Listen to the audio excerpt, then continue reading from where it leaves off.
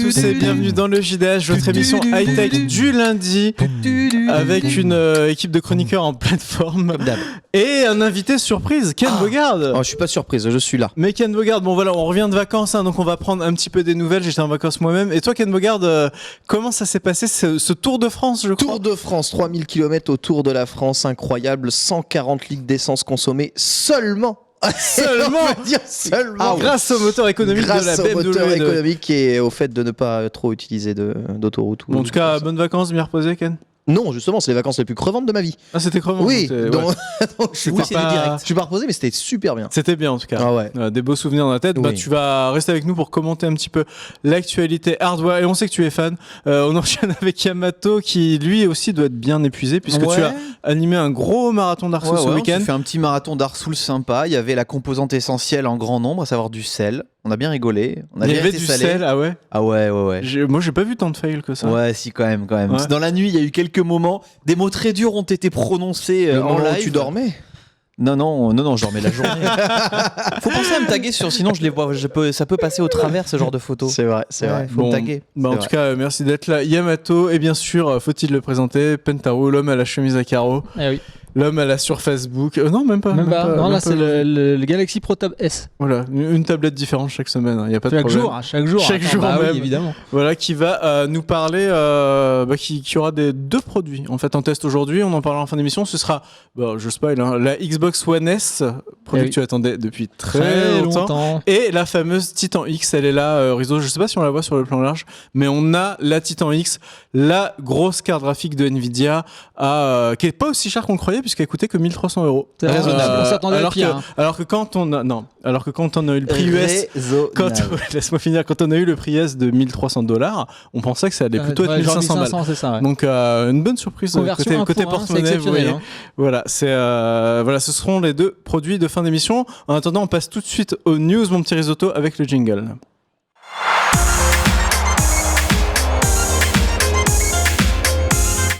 Pardon. Et voilà les news de la semaine. J'ai une question avant ça. Oui, Yamato. Est-ce qu'on change de générique à la rentrée? Non. Ah merde. Pourquoi changerait-on? Ouais, j'aimais bien chanter. On l'aime bien celui-là. Enfin, je sais pas. Sans ambiance. Si le chat le trouve pourri, peut-être qu'on changera.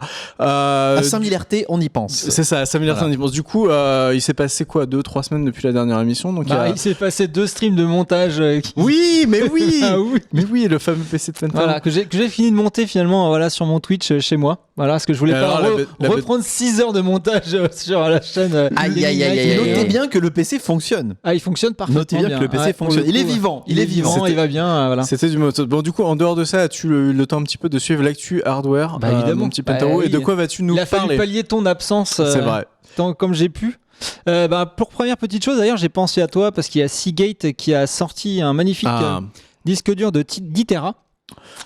Voilà, donc un disque dur, on parle de disque dur. Oui, disque dur de 10 Tera. C'est ça, pour 499 €. Voilà, chez notre super partenaire Grosbil. Ça me semble même pas si cher que ça. Non, aussi, pour 10 Tera. Non, 10, ça commence à faire vraiment. Combien tu dis combien? 10 Tera. 10 Tera, 499 €. 10 Tera, 500 balles. Alors, il a 256 mégas de cache. C'est pratique. En SATA 6 gigabits. Et en fait, si je vous en parle, c'est parce que là, justement, Seagate vient d'annoncer un modèle 12 Tera. Tu mets beaucoup de Blu-ray de boules dessus, ouais. Parce que 10 Tera, c'est jamais suffisant. Donc là, il passe à 12 Tera. Voilà, donc ça devrait pas tarder à arriver. C'est pas une technologie dépassée, le disque dur? Bien sûr que si. Alors pourquoi en faire des plus gros? C'est pour le porn de trunks, il faut bien du stockage. Donc, moi, je ne veux que de la 4K et ça pèse très lourd. Pour voir tous les détails, toi, tu pèses très tous lourd. les petits détails quand tu zoomes. Non, mais sans déconner, c'est vrai que alors il y a deux types d'utilisateurs.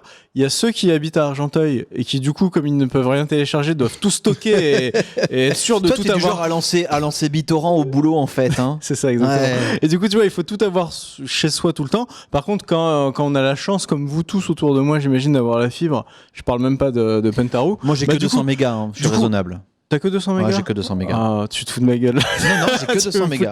C'est pas une chance, on a posé la question avant de s'installer, nous. Ouais, non mais moi je pensais que ça allait arriver vite. Bref, en tout cas, pour répondre à ta question, oui, effectivement, Ken, je pense que quand on a la fibre aujourd'hui, une très bonne fibre, ça sert quand même pas à grand chose d'avoir un très très très gros disque dur. On peut après tout télécharger à la volée. Teraoctet, c'est surtout pour les serveurs, j'imagine, non? Oui, en fait, c'est ça. Ouais, c'est plus pour c'est pour le stockage. Donc, quand tu veux faire un gros serveur d'archives, tu te mets ça, t'es tranquille. Tu pose pas de questions. Donc le 12 Tera a été annoncé. Donc voilà. Ensuite, dans la connectique, parce que du coup, je me lance aussi dans la domotique et dans tout ce qui est objet connecté, bah oui, forcément. Et là, en fait, il y a Philips qui lance un jour, 5 appareils. son frigo va essayer de l'assassiner. Il ne faudra pas pleurer. Hein. Non, déjà, je veux pouvoir parler à mon frigo déjà, tu vois. Ça, en HoloLens. Voilà. C'est la première étape. C'est ça. Ils nous auront de toute façon. Ils nous tueront tous. Donc Philips lance 5 appareils connectés, à savoir une montre. Un thermomètre auriculaire, une balance et 2 tensiomètres. What? Voilà, c'est pour votre santé. J'aime pas ces balances. Voilà. Je me mets moi, dessus, elles me disent vous êtes gros. Ouais, moi, il faut pas me laisser un tensiomètre. Je suis hypochondriaque. Je vais contrôler mon pouls tout le temps. Et comme évidemment, ça me fait stresser, j'aurai toujours un pouls élevé. C'est le pire truc qu'on peut t'offrir. C'est ça. Et alors, en fait, qu'est-ce qu'ils font de spécial en fait, ce qui est rigolo, c'est que Philips lance ça, mais il y a rien de spécial. La montre, elle fait $300 et elle fait à peine 4 fonctionnalités. Il y a un thermomètre connecté. Bah oui, forcément. Tu peux te mettre un objet connecté dans le cul, c'est très bien. C'est un thermomètre auriculaire, donc tu te mets pas dans le cul à la base. Mais bon, après, tu mets les choses où tu veux, Ken. Tu te le mets dans le cul, ça fait un tweet. Si tu mets dans le cul, il fait 39 degrés dans le cul du adversaire. C'est tellement la meilleure invention de l'univers. Merci Philips. Merci Philips. Donc en fait, c'est pas en kilos, c'est en labs les gens. Donc voilà, c'est pas 138 kilos. Donc elle fait $300, orientée plutôt suivi d'activité sommeil. Et elle est assez pourrie apparemment, parce qu'elle fait pas trop de fonctionnalités, tu sais, de notifications Twitter ou de messages comme font les autres montres connectées. Donc ils sont un peu bien ratés là-dessus. Ensuite, le thermomètre auriculaire, il fait $60. La balance, $120. Et le tensiomètre, donc il y a 2 versions. Version poignet à $90 et version bras à $120. Je vais juste rebondir sur la balance connectée. C'est quand même un truc très bien pour s'auto-motiver à suivre un régime. C'est-à-dire qu'en fait, tu as des balances dès que tu montes dessus. Depuis très longtemps, mais ouais. Dès que tu montes dessus, effectivement, là, ça balance un tweet et ça dit je pèse tant. Et en fait, si tu te mets un coup de pression et que tu te dis allez, tu veux faire le malin, tu te dis j'annonce publiquement que je vais perdre 30 kilos d'ici 6 mois, et ben t'as la pression sociale des gens qui voient tous les jours que t'es en train de prendre ou perdre du poids. Du coup, ça peut être un facteur de motivation. En fait, c'est pas mal parce que moi j'ai une balance connectée. Je suis pas convaincu. Donc moi non plus. Pour le coup, la balance connectée que j'ai moi, elle a plusieurs profils. Donc entre ma femme et moi, déjà, elle reconnaît exactement qui est sur la balance et te donne l'écart par rapport précédemment. Et après, donc, du coup, tu fixes des objectifs et elle peut te dire, bah voilà, là, ça serait bien que tu bouges un peu, là, ça serait bien que tu fasses gaffe, etc. Donc, tout un programme où tu peux même définir ce que tu as mangé pour ensuite te donner des indicateurs de ce qu'il faudrait faire. Je trouve ça toujours bien. C'est vraiment plutôt pas mal. Ensuite, on enchaîne chez Intel. Ouais, chez Intel, voilà. Donc chez Intel, qui savent pas faire des montres connectées apparemment. Et ce qu'ils ont sorti la Basis Peak. Donc ils ont racheté la Basis pour $100 millions. Ah oui, société spécialisée dans les montres. 100 millions de dollars. Et ils ont lancé un modèle. Et en fait, le modèle, il a une super feature, c'est qu'il brûle le poignet des utilisateurs. Ah, c'est bien. Voilà. Et du coup, donc Intel a backdash instant. Et sur le site de Basis, vous voyez la première page, c'est ne mettez plus la montre à votre poignet. Renvoyez-la nous, on vous rembourse. Je te jure que ça va. Et ça en 8 langues. Hein. Oh merde. Il y a même plus le descriptif de la montre ou quoi. Je suis allé sur le site, c'est ne portez plus la montre. Ça fait un petit tatouage. On vous rembourse et salut. Ça fait un petit tatouage. Elle te brûle le poignet. Ouais. Voilà, donc $100 millions pour se cramer le bras. GG, donc ils savent faire des processeurs, mais en montre connectée. Moi j'ai juste besoin d'aller au soleil personnellement, mais bon. Voilà, donc ça c'était un. Et donc, ouais, puis en plus la montre, elle coûtait, je sais plus, quelque chose comme $300, un truc comme ça, tu vois. Donc, Ils vont pas 300 balles le coup de soleil. Ils vont être dépassés. Intel bientôt, même sur le secteur des processeurs, vont avoir de la concurrence. Complètement. Intel est très fort sur les processeurs de PC, mais par contre, tout ce qui est mobilité, mais oui. Par exemple, on les voit de moins en moins. J'ai récupéré un Zenfone 2, c'est un processeur Intel à l'intérieur. Et je me suis remarqué. C'est un oiseau rare maintenant. Ouais, et j'ai remarqué qu'il y a pas mal d'applications, dont Periscope, qui très mal optimisé pour les processeurs Intel. Ouais. Et ça marche pas du tout en fait. Et du coup, je me dis merde, autant prendre. C'est quoi qu'il y a dans vos Samsung c'est du Snapdragon ou de l'Exynos ou du Samsung. Ouais. Voilà. C'est les deux leaders en fait actuellement. Ouais. Je crois, attention, on va m'étrangler, mais je crois même que iPhone, Apple se fournit chez Samsung et d'autres. Voilà, c'est globalement. Après, maintenant, Apple développe leurs propres processeurs. Hein. Attention, hein. Donc ils les font bien sûr fondre, etc. Mais c'est eux qui. Je sais en tout cas ils prennent pas mal de composants, peut-être la RAM. Alors peut-être ils sont leaders en desktop. Le design, en fait, ce que je veux dire, c'est que Apple n'achète pas un microprocesseur tout fait pour leur téléphone. D'accord. Ils font le design de leur microprocesseur. Oui, c'est vrai. Donc aujourd'hui, il y a une alternative PC au processeur Intel ou pas?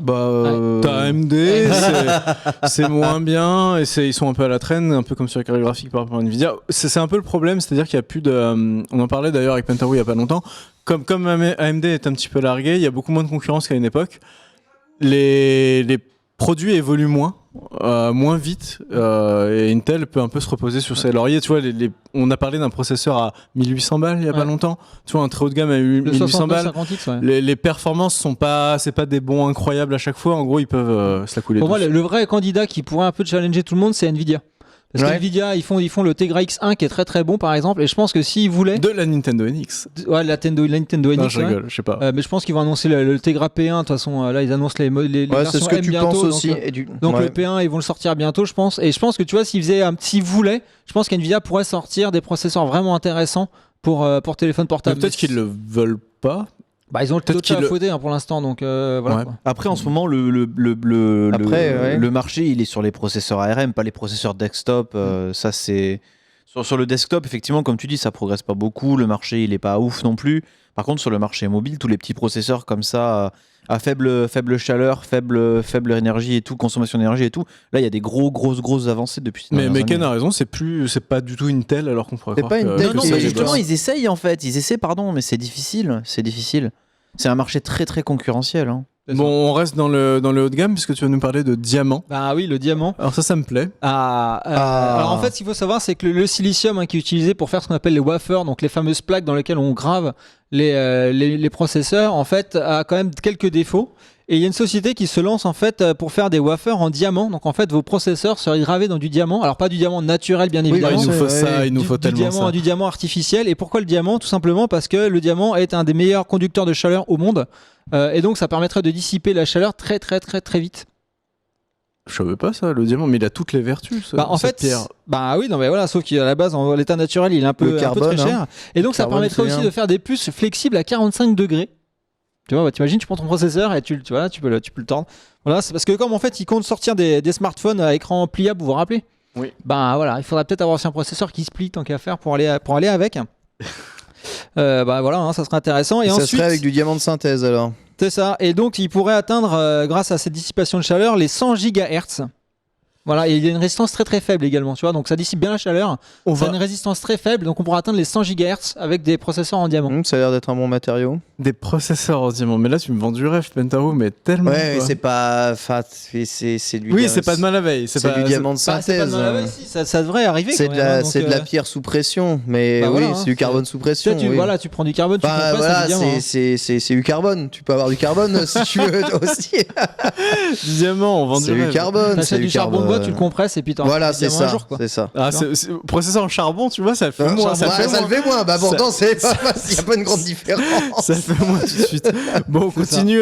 Pentaro, est-ce qu'on retourne du côté de l'électroménager ? Oui, il faut, comme je sais que tu as une grande passion pour l'électroménager. Mais j'adore ça. Pendant les vacances, j'ai changé de lave-vaisselle et je peux vous dire que.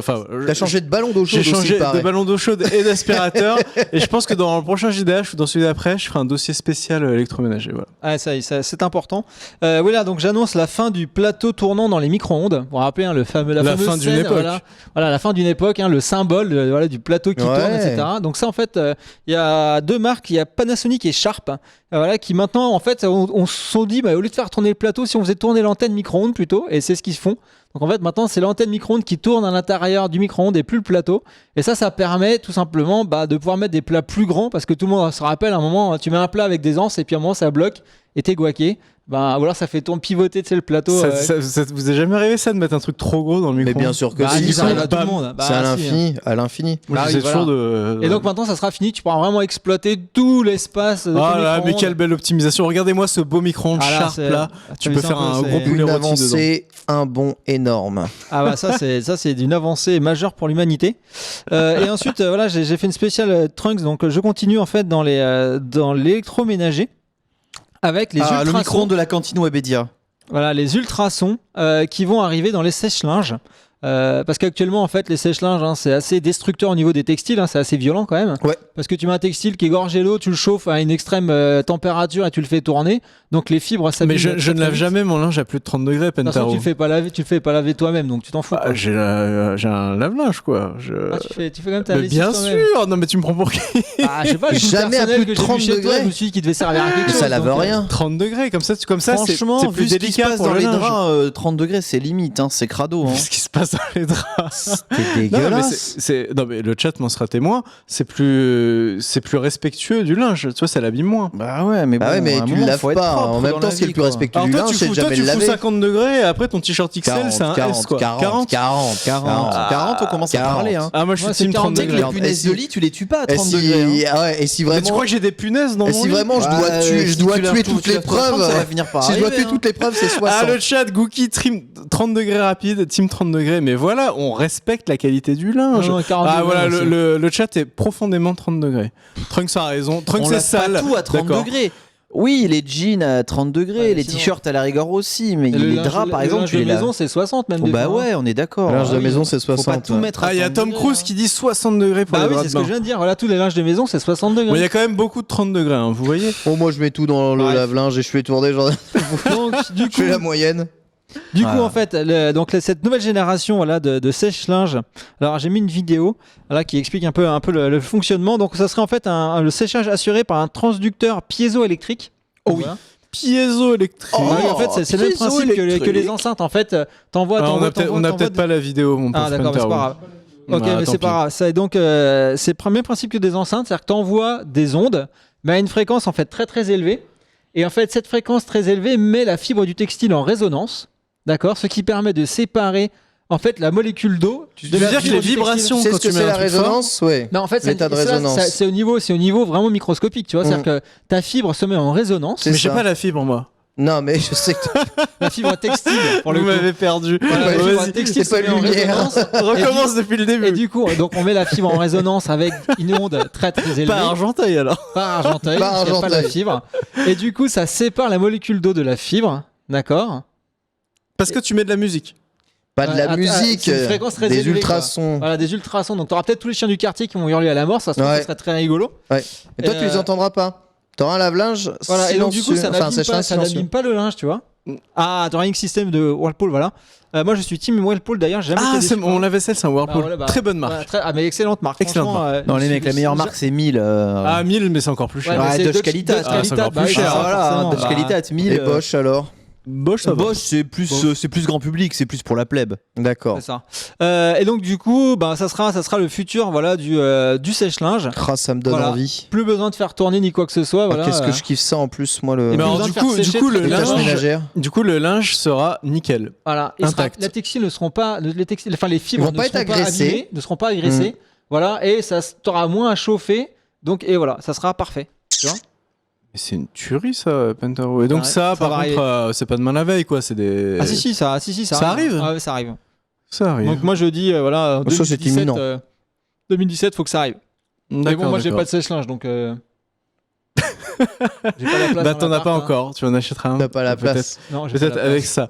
On enchaîne avec quelques news de mon cru, mon petit risotto. Et je voulais parler d'Amazon, qui est complètement l'entreprise tentaculaire. Ils savent plus quoi faire. La grande multinationale qui après avoir acheté la moitié de la planète, dont Twitch. Twitch. Oui, nous streamons sur Twitch, nous sommes un peu les pantins d'Amazon. Nous aussi, ils sont partout, regardez, ils sont même là. Voilà, pour l'instant, ils en font pas grand chose. Vous tous qui regardez Twitch. Et voilà, et du coup, ils ont décidé d'acheter des avions. Ils lancent donc. En attendant, ils ont toujours pas fait de bénéf. Ils font pas de bénéf, Amazon. Ils sont toujours à perte. Tu veux rire avec tout ce qu'ils vendent. Ils sont à perte depuis depuis 2 ans. Oui, parce qu'ils réinvestissent tout le temps. En fait. Oui, mais là, ils sont à perte depuis le marché. Ils sont à perte depuis le 1. D'accord. Et donc en gros, Amazon qui a décidé de sortir le chéquier et de se payer sa propre flotte de Boeing, c'est des 767 si je dis pas de bêtises, et ils en ont acheté 40. Donc 40 Boeing, c'est un bon chèque quand même de la part d'Amazon qui veut en fait assurer. Zul Calibur nous dit qu'ils n'ont pas acheté, c'est du leasing. Comme la BM de Ken. D'accord, ok. Je sais pas si c'est un leasing. Je pense en tout cas, voilà. Du coup, avec 40 avions, ils vont pouvoir ne plus être complètement dépendants de DHL, FedEx et compagnie, et pouvoir développer leur réseau de. Donc c'est vraiment pour transporter que le matos Amazon. Tu vois ta petite clé micro USB là, bim, elle arrivera avec ça. Et Amazon qui tu l'as dit, Yamato perd peut-être encore de l'argent, mais qui gagne des parts de marché hallucinantes. Enfin, je sais pas vous, nous voilà qui sommes tous assez consommateurs. compulsif ici quand vous achetez un truc. Moi aujourd'hui, ils ont fait un time-lapse de la peinture sur leur avion. C'est ça. Mais moi aujourd'hui, pour moi, ils ont tué tout le marché parce que je n'achète quasiment plus que sur Amazon parce qu'il y a Premium et parce que tu commandes à 18h, le lendemain à 14h, t'as le truc il arrive. Des fois le soir même jusqu'à 22h. Mais c'est craqué. Et du coup, est-ce que je suis le seul à ressentir ça ou est-ce que pour vous, Amazon aujourd'hui, c'est en train de vampiriser tout? Parce que moi, je me disais plus ce que je me disais avant, du genre je vais sur ces discounts, mais oui, mais je sais que ça va être livré, ça va être colissimo et c'est galère. Ouais. Donc, bien sûr, il y a juste Gros Bill qui est meilleur qu'Amazon parce que tout le monde sait que c'est la meilleure boutique du monde. Mais en dehors d'eux, je vois pas qui peut arriver. Gros Bill, tu peux aller chercher réellement, tu sais. Gros Bill, ça surprend. Attention, parce qu'Amazon, maintenant, tu peux te faire livrer des bières un dimanche après-midi, avec Prime Now. Alors Prime Now, parle-nous de Prime Now. Ça, je l'ai pas abordé. Je l'ai pas abordé, mais c'est un truc qui est encore plus ouf. Si je dis pas de bêtises, je crois que quand tu es dans la bonne zone, tu commandes un truc à 16h et genre à 17h il est chez toi. Non. Si. C'est livraison en moins d'une heure. Prime Now, c'est ça. C'est livraison en moins d'une heure. Aux US, c'est super efficace. C'est pour ça que d'ailleurs qu'Amazon s'intéresse. Des drones. C'est pour ça qu'Amazon s'intéresse beaucoup dans les drones. C'est parce qu'à la base, ils veulent que les drones fassent la livraison de Prime Now en 1 heure en fait. Ah ok, je vois. C'est leur solution à eux quoi. Ou les véhicules autonomes en fait, où en gros tu vois, t'as la voiture qui arrive et t'as un petit drone qui sort du coffre, qui te prend ton colis, qui le pose devant ta porte et qui rentre dans la voiture. C'est ouf. Mais quand il va y avoir des accidents de drones et que les drones ils vont tomber au-dessus de l'autoroute à 6 machin sur une voiture qui roule à 130. Ça va être très drôle. Après, c'est ce genre de truc. Ça, très drone même.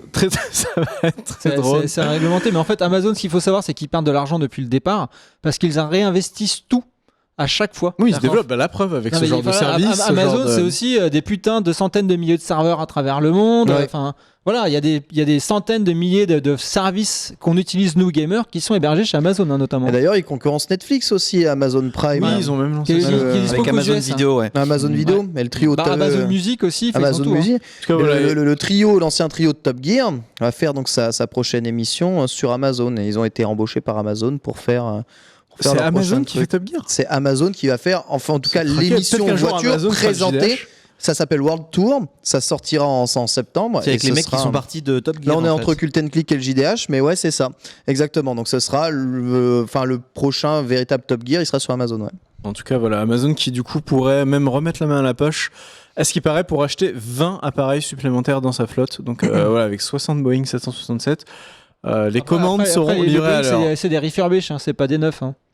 Ça vaut quand même un oui, petit... mais bon, ce que je veux dire, c'est que tu vois... Ah ouais, toi tu veux un Boeing tout neuf, Pentao, excuse-moi. Non, ce que je veux dire, c'est qu'ils sont... Non, ça montre le pragmatisme d'Amazon. Ouais, non, c'est vrai qu'ils sont très bons. C'est qu'en fait, les compagnies aériennes, une fois qu'un avion a fait X milliers de rotations, ben voilà, il faut qu'ils les revendent pour acheter des nouveaux modèles. Parce qu'en fait, le problématique des compagnies aériennes, c'est le fuel, quoi. Et donc, quand Airbus te sort un A320 Neo qui consomme 15% de fuel en moins, ben Air France, ils ont tout intérêt à revendre leur flotte pas cher à un Amazon pour acheter des A320 Neo qui, eux, voilà, leur vont leur permettre d'économiser des millions d'euros. Ça fait du recyclage, c'est très bien. Pardon, cette parenthèse. Développement durable. Kiristo qui dit à quand les sous-marins Amazon. Ce serait pas mal. Les centrales nucléaires Amazon. Ce serait vraiment stylé. La voiture Amazon. On continue, mon petit risotto, avec Apple, une marque dont on parle pas si souvent que ça dans le JDH parce qu'on n'est pas assez Apple fag à mon goût. On devrait. Pentao était. Sachez que Pentao, avant d'être très Microsoft fag, était Apple fag en puissance. C'est le mec qui achetait tous les iMac, les MacBook Air, les iPhones. Jusqu'à ce que Jobs passed away. Exactement, jusqu'à ce que Jobs disparaisse. Et t'as perdu la foi à ce moment-là. C'est pas que j'ai perdu la foi, c'est qu'Apple a perdu l'innovation. Donc voilà, c'est tout. Comme tu y vas. Et l'Apple Watch. De la merde. Voilà, je ne peux pas te laisser. La dernière vraie innovation d'Apple, j'ai toujours dit, c'est le Mac Pro. Le truc qui ressemble à un vase, là, à une urne funéraire ou à un vase ou à une poubelle de table. C'était un des meilleurs designs de PC fixe de ces 20 dernières années. Exactement, ce truc-là est un monstre de technologie et une putain de révolution. Après ça, il n'y a plus rien eu, quoi. Ouais, c'est l'iPad. D'ailleurs, on se demandait récemment. Il y a le MacBook. Mais non, mais c'est portable. En termes de design, là, c'est l'iBook, ils appelaient ça. Comment ils appelaient ça? L'iMac. Non, l'iMac, c'est le cube, la télé. Mais ils ont sorti la version portable aussi, qui était assez similaire. Non, l'iMac, c'est l'écran avec tout intégré dedans, Verdier. Oui, l'iMac, c'est l'écran avec tout intégré dedans. Mais ils ont sorti une version PC portable de ça qui avait le même design aussi. Oui. C'était l'ancêtre de votre MacBook actuel. C'était pas l'iMac d'ailleurs, il n'y a pas un iMac, je crois. Si, c'est iMac. C'est vieux.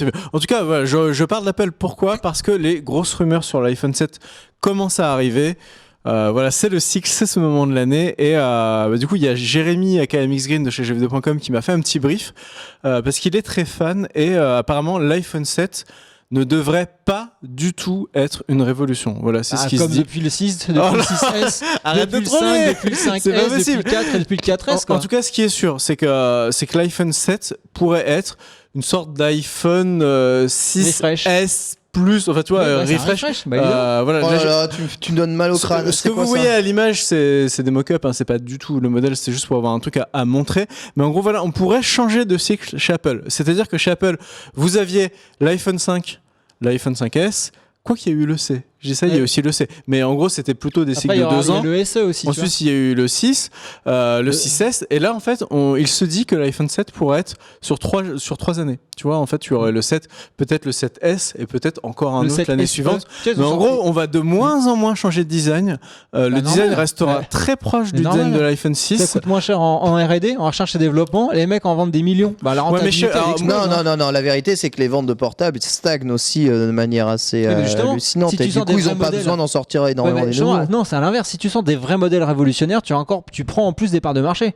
Là, tu sors des iPhones qui se ressemblent. Les gens vont dire quoi ? Ah ok, le nouveau iPhone, qu'est-ce qu'il a de plus ? Il a 10 pixels de plus en résolution. Il a 0,1 lux de mieux en appareil photo en luminosité. Moi, je vais vous parler de 2 rumeurs assez crédibles jusqu'ici. Il se dit que cet iPhone, justement, on avait déjà entendu parler de ça, n'aurait pas de prise casque.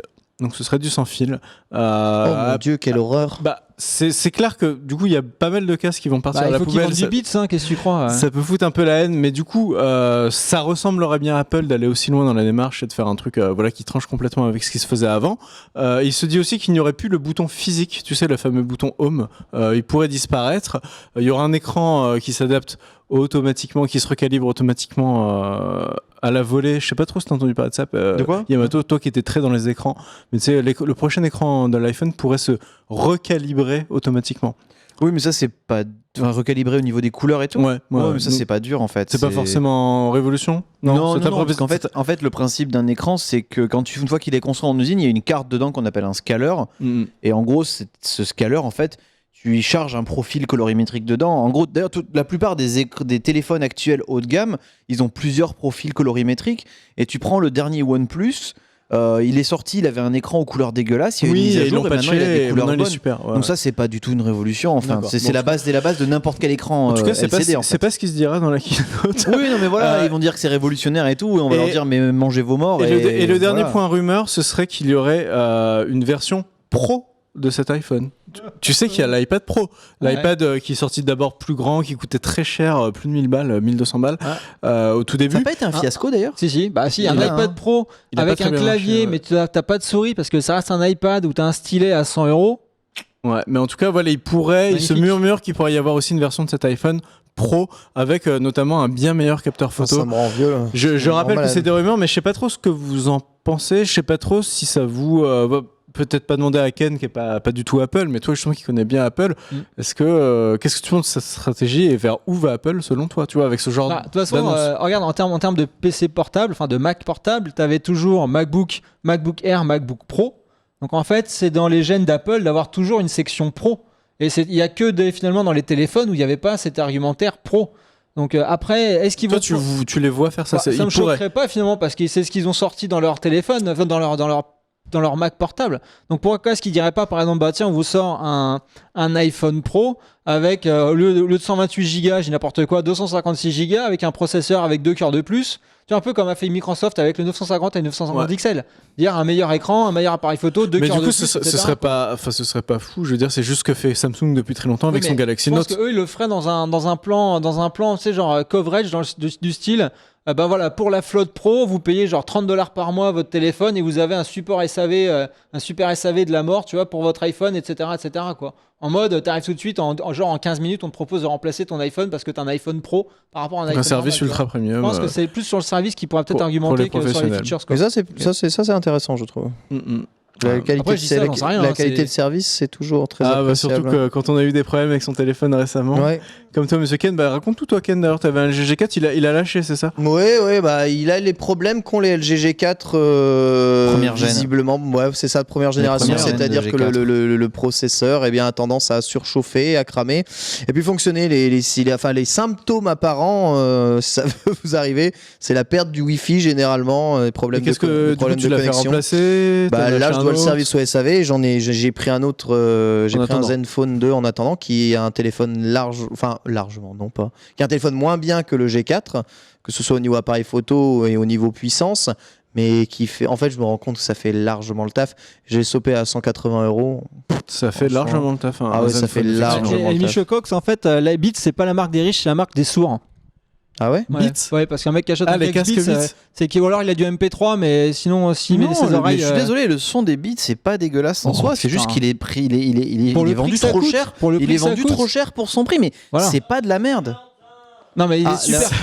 Théo, notre ingé son d'ailleurs en big up à la régie, est tout trait par mon propos. Il a des beats, Théo ? Non, justement, il est contre cette. Oui, il est contre les beats. C'est hyper typé bass, hip-hop, etc. Et ça coûte 3 fois le prix de la qualité du son. Ça, on sait que tu es probose. C'est beaucoup trop cher, mais c'est trop cher pour ce que c'est, quoi. Bon, mais c'est un peu comme Apple. En fait, ils sont bien trouvés. Si Apple a racheté Beats, c'est parce qu'ils sont compris tout de suite. Ce n'est pas le fruit du hasard. C'est ça. Vous faites un produit qui coûte X et vous le vendez 3 fois X. On se comprend, on s'achète. Bon, il n'y a pas tort. Stop à la propagande Pentaru anti-Beats. On est en retard, donc on va couper court là aux news, mon petit risotto. On balance 2-3 minutes de pub maximum et on revient pour vous parler de la Xbox One S. La Xbox One S, trop cool. 107 milliards de chiffre d'affaires. De retour sur le JDH. Pendant que Yamato parle de je ne sais quoi. Taekiro qui parlait, Amazon a fait 596 millions de dollars de bénéfices nets pour 107 milliards de chiffre d'affaires. Ça fait un peu moins de 0,5% de bénéfices sur le chiffre d'affaires. C'est pas beaucoup. Mais dans l'absolu, ça reste une belle somme. Ils investissent, réinvestissent tout. C'est ça, en fait, ils sont tellement en train de prendre le marché que plus tard, quand ils vont assainir tout ça, ils vont être pétés de thunes. Pentaru, c'est ton moment. Voilà. Ouais. Je sais que tu attends ça depuis très longtemps. La meilleure console du monde de l'année. Du monde puisque c'est la seule nouvelle console c'est la seule à sortir, donc voilà, ça sera au moins la console de l'année. Il y a la NES Mini, malheureusement. Il y a la NES Mini. Aucune chance de gagner. Et surtout, pour une fois que j'allais dire la vérité, il y a la PS4 Neo qui sort à la fin de l'année, théoriquement. Vraiment, je pense pas. Pour l'instant, jusqu'à la fin de l'année, c'est la meilleure. La Xbox One S. En tout cas, elle est là et elle est sortie. C'est la Xbox One S qui est finalement arrivée assez rapidement. Tu vois, on en a entendu parler à l'E3. Un petit peu avant l'E3. Il y a eu des rumeurs confirmées à l'E3. Là, on n'est même pas à la fin de l'été, elle est sortie. Donc c'est marrant parce que, alors je sais pas du tout pour troller que je dis ça, mais ça n'a pas remué le monde du jeu vidéo, si tu veux. C'est sorti assez vite et en France, comme on n'est pas très Xbox, ça a peut-être pas fait tant de bruit que ça. Toi, t'es fan de la console, par contre, tu l'as eu tout de suite, t'as pu l'essayer. Tu vas nous dire déjà quelle est l'orientation que prend Microsoft avec cette console. Pourquoi cette console ? Parce que moi, j'ai du mal à comprendre. Tu vois, il y avait déjà la Xbox One. On parle d'une Scorpio. Pourquoi ils nous en foutent une au milieu ? Déjà ça. Est-ce qu'on peut parler de ça ? Bien sûr. Oui. Il y a. En fait, ce qu'il faut savoir, c'est pourquoi déjà ils l'ont lancé. Là au mois d'août, c'est parce qu'il y a le back to school, il y a la rentrée de septembre. Et aux États-Unis, en fait, tout le monde sait que pour bien aborder la rentrée des cours, il faut jouer à la console. Il faut jouer à la console. Évidemment, c'est la fin des vacances. C'est le principal. Donc, en fait, déjà, niveau timing, le back to school aux US est très très important et la Xbox One aux US c'est quand même quelque chose d'assez huge. Du coup, ils ont sorti ça à cette période-là. Sinon, c'était carrément plus tard. C'était par exemple pour le Black Friday, etc. Donc, ça allait être des mois plus tard. Et il y avait théoriquement la Neo qui sortait. Donc, si tu veux plutôt que se retrouve en frontal potentiellement avec la Neo, il vaut mieux sortir tout de suite une console, tu vois, qui a 4K dans une de ses attributs. Tu vois, pour que dans la tête des gens, ils se disent tiens, il y a une console 4K qui sort, même si tout le monde sait qu'elle ne fait pas tourner des jeux en 4K, elle les upscale. Tu vois. Par contre, le vrai argumentaire selon moi, pour Xbox, ça c'est pas vraiment utile, mais bon. Enfin, on y reviendra. Déjà la stratégie. Pourquoi cette console à ce moment-là ? Pour moi, cette console, elle est faite. C'est très simple. Microsoft s'est dit, ok, si on a du mal à vendre la console en tant que console, on peut peut-être bien la vendre en tant que lecteur Blu-ray. Et je suis allé à la Fnac et discuté avec des vendeurs de la Fnac, etc. Alors oui, la Fnac c'est les plus chers, etc. Mais on s'en fout. Et le mec nous m'a clairement dit, la Xbox One pour nous, en fait, on va la vendre comme lecteur Blu-ray. Et le lecteur Blu-ray 4K, le moins cher du marché. Et ce qu'il m'a dit également, c'est vrai que la Samsung, les lecteurs Blu-ray Samsung, par exemple, sont vachement chers. C'est simple. Hein. Là, le modèle 2 Tera de Xbox One S est à 399 €. Le premier lecteur Blu-ray 4K, c'est à 500 € jusqu'à 900 €. Ah ouais, je savais pas que c'était si cher. Ils font comme la PlayStation 2 à l'époque et comme la PlayStation 3. Comme la PS3 quand elle est Comme sortie. la PS3, comme la PS2, comme la PS2. En plus, donc là, c'est 389 €, mais il y a le modèle Xbox One S 1 Tera qui va sortir à 299 €. Et là, Elle arrive quand celle-là je sais pour moi, j'ai pas de date pour l'instant. Ça c'est intéressant. Du coup, ça fait un lecteur Blu-ray 4K à 300 € à 300 balles. Tu vois, qui fait en plus Media Center et qui fait accessoirement console. Et quand tu vas, moi je suis rentré dans une Fnac et en fait tu vois les pubs pour la Xbox One S et le gros argument qui est écrit en dessous, c'est lecteur Blu-ray 4K quoi. C'est pas jouer à Forza ou jouer à Halo, c'est lecteur Blu-ray 4K. C'est-à-dire que pour moi, clairement, la stratégie de Microsoft, c'est de dire, franchement, c'est pas con. Comme on n'arrive pas à vendre la Xbox One comme console, on va peut-être la réussir à la vendre comme lecteur Blu-ray, et comme accessoirement ça fait console, et ben les gens après peut-être achèteront un jeu ou pas, etc., etc. Et alors il faut savoir que les contenus 4K commencent enfin à arriver. Il y a effectivement les fameux Blu-ray 4K qui arrivent. Alors par contre, un Blu-ray ça vaut 35 balles, hein, ça vaut 40 balles parfois le film, mais c'est le début, c'est toujours comme ça. Il y a aussi Netflix qui est compatible 4K maintenant. T'as une console qui lit du Netflix 4K. Et on a surtout des offres ultra agressives du côté des télés. Alors là, c'est hallucinant en ce moment parce que moi, je suis en train de prospecter pour changer de télé. Il y a des télés à 500 balles. Je suis allé acheter une télé 4K à 500 balles. J'étais à Darty hier. Il y avait une ProLine. Bien sûr, c'est de la merde. Yamato, c'est de la merde, mais tu avais une télé ProLine 55 pouces. Tu avais une télé 55 pouces à 500 balles 4K chez Darty. Donc en fait là à Noël, tout le monde va, enfin pas tout le monde, mais beaucoup de gens vont commencer à passer aux télé 4K et c'est peut-être pour ça que Microsoft frappe un peu avant. C'est ça, mais exactement, c'est vraiment l'argument parce qu'à mon avis, moi la PS4 Neo qui va sortir, elle sera pas à 300 € parce que pour le coup, elle sera censée faire tourner des jeux en 4K. Tu vois, et pour le coup ça sera pas 300 €, ça sera peut-être 400, 500, 600 € la console. Donc le mec qui se dit bah tiens, qui connaît rien du tout, qui veut acheter un lecteur Blu-ray, il vous dit bah tiens, la Xbox One, peut-être que j'aurai un ou deux jeux pour 300 €, bah il va l'acheter à 300 €, il va pas se poser de questions quoi. Rizzo, tu peux nous la remettre à l'image s'il te plaît. On a pas mal de photos normalement pour la voir sous tous les angles. Je trouve que sortir ce modèle est pas vraiment déconnant effectivement. Ouais. Ah non, mais après tu peux aussi l'avoir comme une Slim, hein, on s'en fout. Bah voilà, après, les arguments... Et en ça c'est une bien meilleure Xbox que la première Xbox. Sur tous les points. Donc déjà tu peux la mettre debout. Moins cher. C'est ça. Ça c'est un gros retour. Elle est moins moche. La lime est plus externe. Elle est interne, voilà. Donc elle est 40% plus petite. Alimentation 40% plus petite. Ah ouais. Oui. Ah ouais, avec l'alimentation incluse. Hein. C'est ce qu'ils auraient dû sortir au début. Il y a pas Kinect. On va arrêter avec le HDR. C'est de la poudre aux yeux le HDR. Ceux qui ont Kinect Xbox One, en fait, le support à Microsoft offre un adaptateur, hein, parce que naturellement, la Kinect de Xbox One n'est pas compatible avec Xbox One S. Donc Microsoft offre gratuitement un adaptateur. Qu'est-ce que je voulais dire est-ce que c'est vrai que certains jeux tournent mieux sur la... Oui, alors justement, j'y viens. Ah, pardon. J'y viens. Donc ça supporte le 4K HDR. Donc c'est pour ça que moi, du coup, je vais vendre ma télé parce qu'elle n'est pas HDR. C'est quoi? Attention, stop, c'est un mot que vous allez entendre très souvent d'ici la fin de l'année. HDR, je me souviens HD Ready. Il y a la 4K et il y a la 4K HDR. Et c'est très important quand vous achetez une console, une télé, HDR ou pas HDR. Yamato, t'es spécialiste, qu'est-ce que ça change? Alors, la HDR, c'est une plus grande amplitude entre le noir et le blanc, en fait, enfin la luminosité. En gros, une TV HDR, elle est censée offrir une image avec une plus grande plage dynamique. Ce qu'on appelle la plage dynamique, c'est voilà, vous avez le noir c'est 0. Ouais. Voilà. Et les TV... Pardon. Non. Les TV HDR sont capables de montrer des sources plus lumineuses, en fait. Je vulgarise à mort, histoire d'augmenter le contraste, en fait, tout simplement. Il y a une plus grande plage dynamique, donc techniquement, il y a plus de contraste.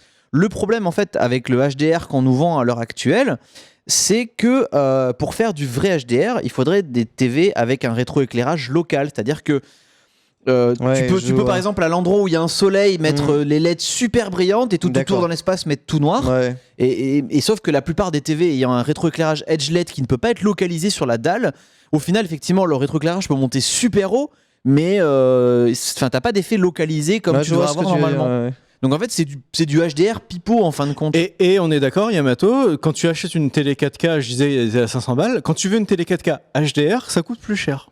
C'est vraiment un truc, t'as les pas HDR et t'as les HDR, quoi, tu vois. C'est exactement. Un peu une et en gros, on a des, en fait, à l'heure actuelle, on a des téléviseurs effectivement qui montent. Alors, les téléviseurs jusqu'avant la HDR, ils montaient jusqu'à 400, 450 candela au centimètre carré. C'est la mesure de luminosité de lumière. Et là, on a des TV qui montent à 700 voire 1000. Mais au final, vu que c'est pas du tout localisé, en fait, on n'a pas vraiment d'intérêt à l'utiliser en fait. Sur des très très grandes dalles en plus. Souvent. Oui. Du coup, effectivement, le truc c'est que la HDR en fait permet des trucs de folie, mais il faut soit un écran OLED qui a un tarif raisonnable. Soit 2500 balles. On commence à en trouver à 2500 balles. Soit des écrans LCD avec ce qu'on appelle un rétroéclairage local, en fait, où plutôt que d'avoir des barres de LED sur les côtés de l'écran, on a derrière avec des petites LED qu'on peut allumer à des endroits ou pas. D'accord. Ok. Bon, merci en tout cas Yamato parce que c'est important d'en parler. Ça, on va en parler très souvent. Donc lecteur Blu-ray 4K HDR. Bien évidemment.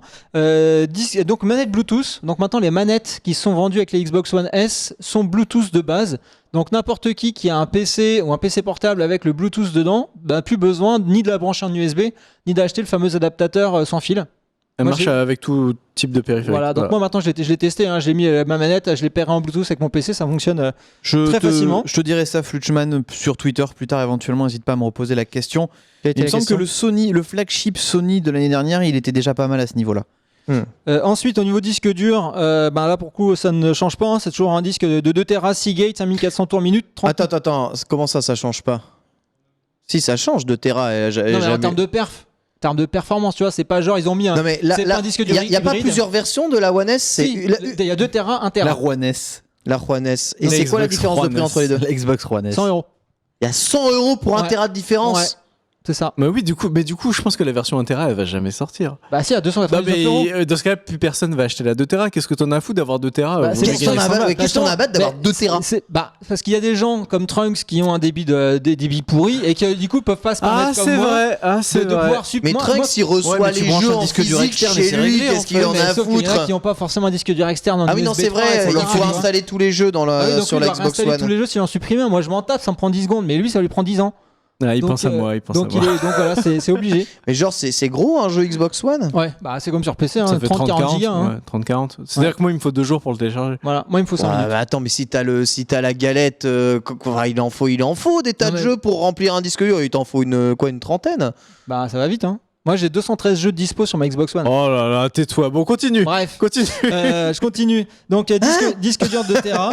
8 Go de RAM Samsung DDR3. Il y a un petit Master Chief gravé à l'intérieur. Ça, c'est le Easter egg pour les fans. C'est stylé. Oui, c'est dommage qu'on le voit pas, mais bon. Et ensuite, aussi, autre argument intéressant, il y a une alimentation 110 volts, 220 volts. C'est-à-dire que là, en fait, tu peux te prendre ta Xbox et voyager dans n'importe quel pays. Tu vas pas la cramer. C'est ça, tu changes juste le câble. Tu changes juste le câble branches juste et tu la branches fonctionner. Donc ça, c'est quand même super cool. Après, en GPU, c'est toujours l'AMD Jaguar 8 cœurs et un AMD Radeon à 914 MHz. Alors là, par contre, l'AMD Radeon a été boostée. Avant, elle était à 853 MHz. Là, elle est à 914 MHz. Bon, ça change pas la face du monde. C'est pas fini. Donc, on monte à 1,4 teraflop au lieu de 1,31. Et la bande passante de la RAM est passée de 204 gigabits à 219 gigabits par seconde. Et sur certains jeux, on gagne jusqu'à 7 FPS. 7 FPS. Ouais. Quand t'es à 30, t'es content. Quand t'es à 23, tu passes à 30. Dark Souls 3 est enfin fluide sur cette version. Voilà. Et donc, la sortie vidéo, c'est une HDMI 2.0A pour du 4K en 60 Hz. Donc, il y a un module Bluetooth, Wi-Fi en 2.2.11 AC, le support vertical. Et voilà. C'est la carte d'identité. Il y en a qui disent 300 €, c'est la 500 mégas. Ils vont sortir une version 500 mégas? Non. Là, la version One S qui sortira à 299 €, ça sera 1 Tera. D'accord.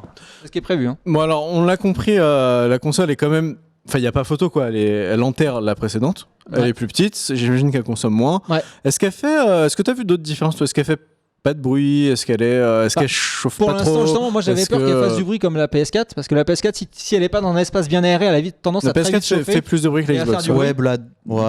Franchement, quand tu joues à des jeux vidéo. Tu joues à des jeux vidéo, t'entends pas. Je l'ai pas mise debout, ma Xbox, elle est couchée. Et franchement, j'entends pas un bruit.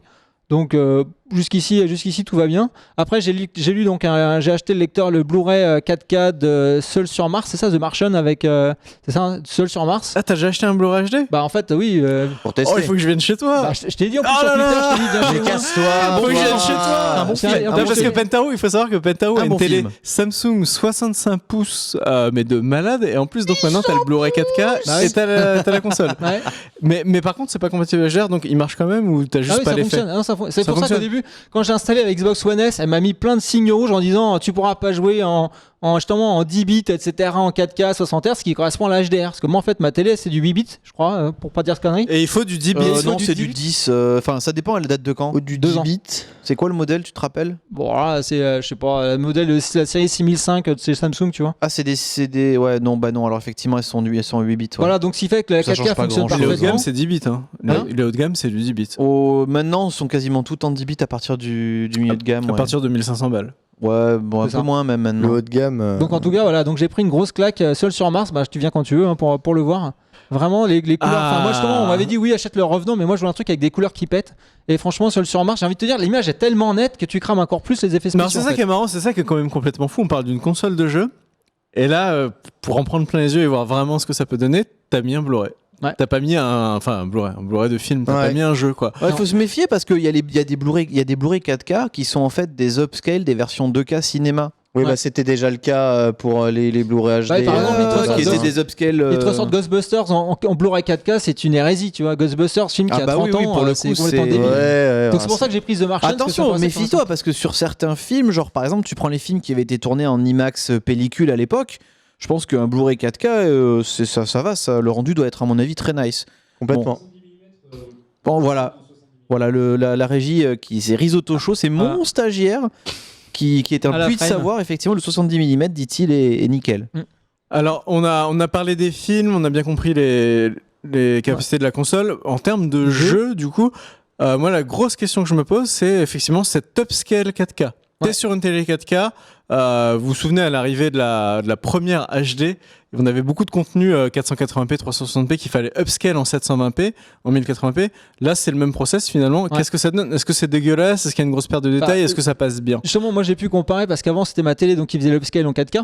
Parce que forcément, la Xbox One, première du nom, sortait du 1080p et là, ça l'upscale en 4K. Donc j'avais l'upscale de la télé qu'il faisait.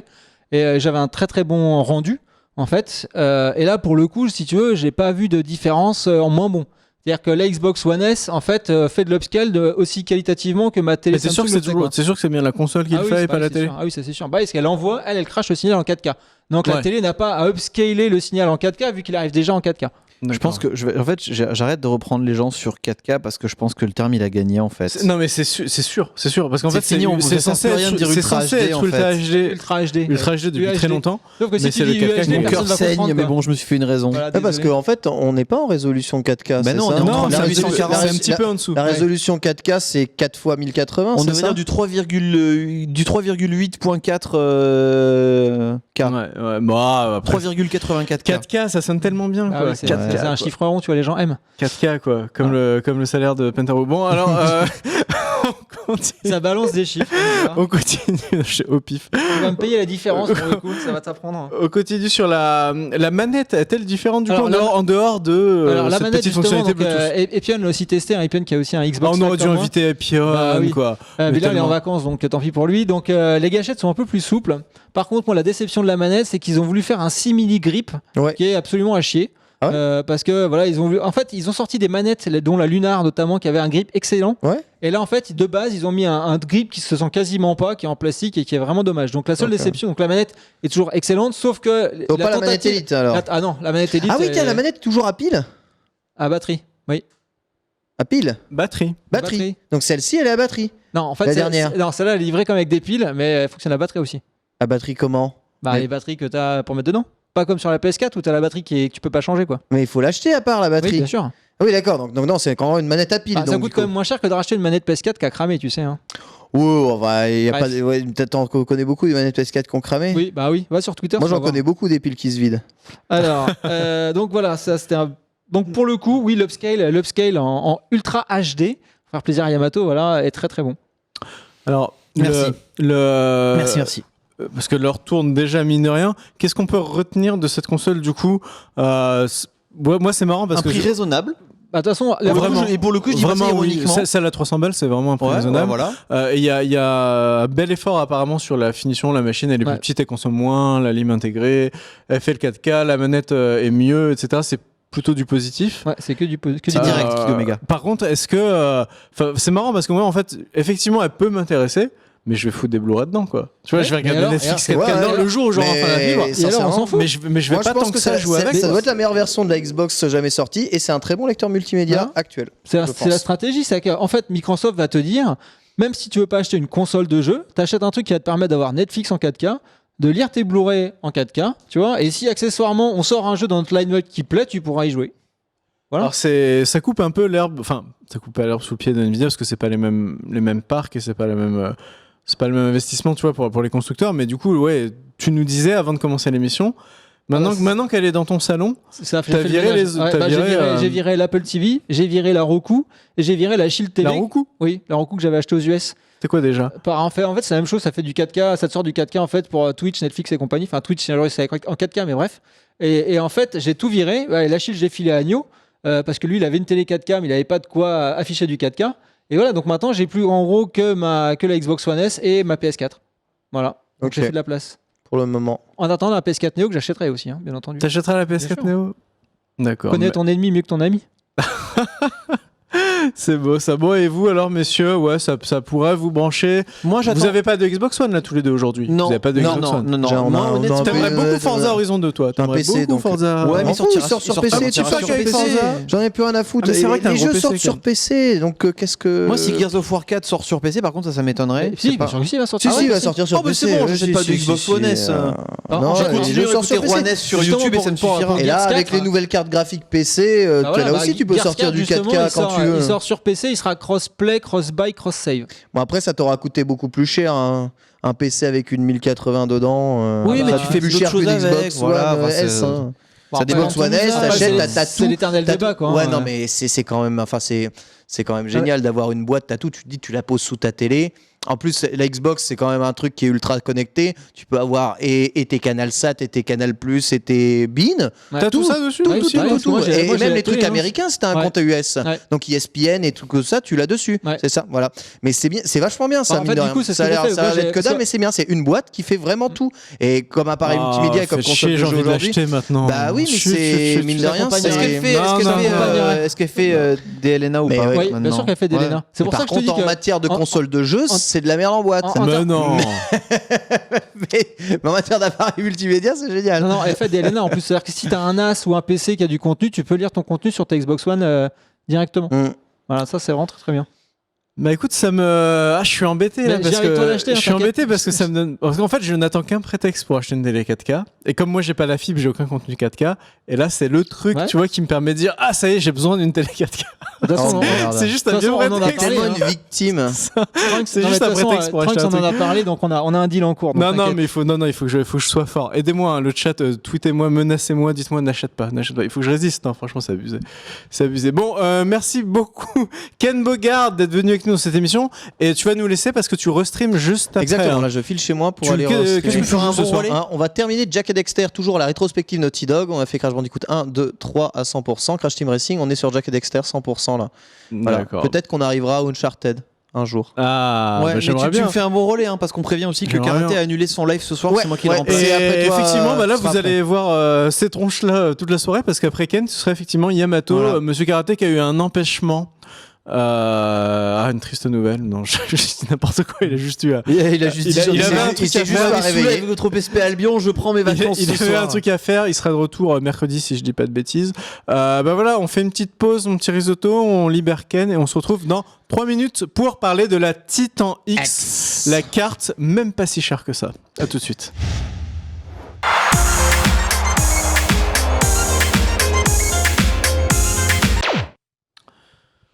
Et voilà, de retour dans le JDH pour la dernière partie de l'émission, la rubrique test. On était en grande discussion télé pendant la pause et je pense qu'on fera peut-être un focus là-dessus, une spéciale, parce que je pense que Vraiment, la vraiment, rentrée avec d'ici les la fin de nouvelles gammes l'année, il y a des il trucs y a- à voir. pendant le gros rush des cadeaux de Noël, il y a beaucoup de gens qui vont se dire quelle télé j'achète, la 4K, le HDR, qu'est-ce que ça veut dire, la luminosité, tout ça. Donc on reviendra dessus. Et comme ça me permettra peut-être de choisir quelle télé je vais acheter et peut-être Et moi aussi. aussi, voilà, la bonne excuse. On va passer à quelque chose de L'argent. beaucoup plus rustique, j'ai presque envie de dire. Un appareil original, Yamato. Est-ce que tu peux nous montrer ce genre de tube Alors, je voudrais remercier la Poste qui me l'a livré à l'époque. Le carton était pourri, voilà, ils avaient massacré le carton, mais qu'importe.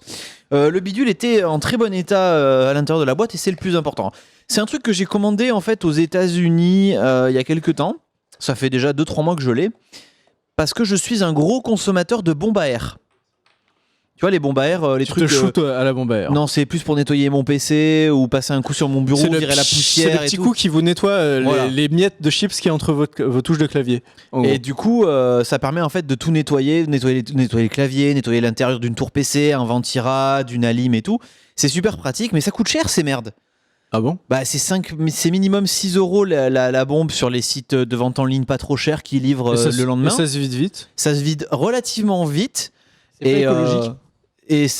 Et en plus c'est du gaspillage écologique. Mais bon, je vais pas vous la faire développement durable, tout ça. Et donc du coup, j'ai vu ça sortir sur un site de vente en ligne qui faisait une promo pour le lot. Du coup, je me suis dit c'est intéressant. En gros, c'est une espèce de turbine avec une batterie et ça projette de l'air. C'est une tuerie. Voilà. Donc là, avec ça, t'es tranquille pour tout le jour. Exactement. Et du coup, en fait, alors certains me diront ouais, mais achète un mini compresseur. Et je suis désolé, un mini compresseur, c'est pas aussi petit, donc c'est un peu relou. Du coup, je l'ai commandé en disant c'est 100 balles, c'est $100. Ah, quand même. Hein. Ouais, quand même. Mais bon, donc $100, je me suis dit je vais tester. Voilà. Ouais. J'aurais perdu $100, j'aurais l'air con, mais bon, j'ai déjà acheté une paire de Gunnar, j'ai perdu 60 balles, j'avais l'air con, j'avais l'air encore plus con quand je l'ai porté. Je suis plus à ça près, tu vois. Et finalement, c'est peut-être pas aussi puissant que ce à quoi je m'attendais en termes d'air, mais il faut bien avouer que finalement, ça fait très très bien le taf pour faire ce que je faisais avec mes bombes à air précédemment. Alors, je connais pas les mesures, je sais pas comment ça se mesure, tu vois, la puissance la pression de l'air. La puissance de l'air envoyé, mais en gros, est-ce que ça te suffit à nettoyer la crasse qu'il y a dans ton PC ? Parce que c'est à ça que ça sert, on est d'accord. Ah non ! Je me meurs ! C'est Ghostbusters, tu m'aspires. Ouais. Fais voir. Vas-y. Ouais, ça suffit. Bon, ça fait un bruit insupportable. Ouais, ça fait du bruit. Mais bon, moi je m'en fous, mon appartement est bien isolé. Et effectivement, finalement, pour nettoyer mon PC régulièrement avec, c'est vraiment pratique. Il y a une petite, il file des petits trucs à brosse. Il y en a un qui peut se plier que j'ai pas encore déballé. Et ça peut te servir à gonfler ton matelas de piscine. Eh ben, j'ai essayé de gonfler un truc avec, mais ça commençait à chauffer et à sentir très fort le composant électrique un peu stressé. Ah merde. Ouais. Donc j'y suis allé petit coup par petit coup, donc j'ai juste pris mon temps. Et là, je l'ai acheté il y a 2 mois, je m'en sers assez régulièrement, j'ai toujours pas rechargé. Ah merde. Ouais. Après, j'ai pris la version plus, t'avais 2 versions. La Hurricane, c'est la version un peu plus rapide avec un peu plus de batterie. Est-ce que je peux le prendre en main ?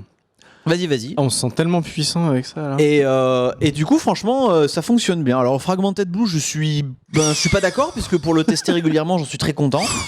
Je nettoie mes ventirades Noctua avec sans problème. Ouais. Mais c'est bien ça, à la fin du rasage. Tu fais, t'enlèves les petits poils. Parfait pour les coiffeurs, mais c'est un peu anxiogène quand même. Hein. C'est clair, vas-y. C'est un peu anxiogène. Ouais, voilà, regardez ça. Mais c'est parfait.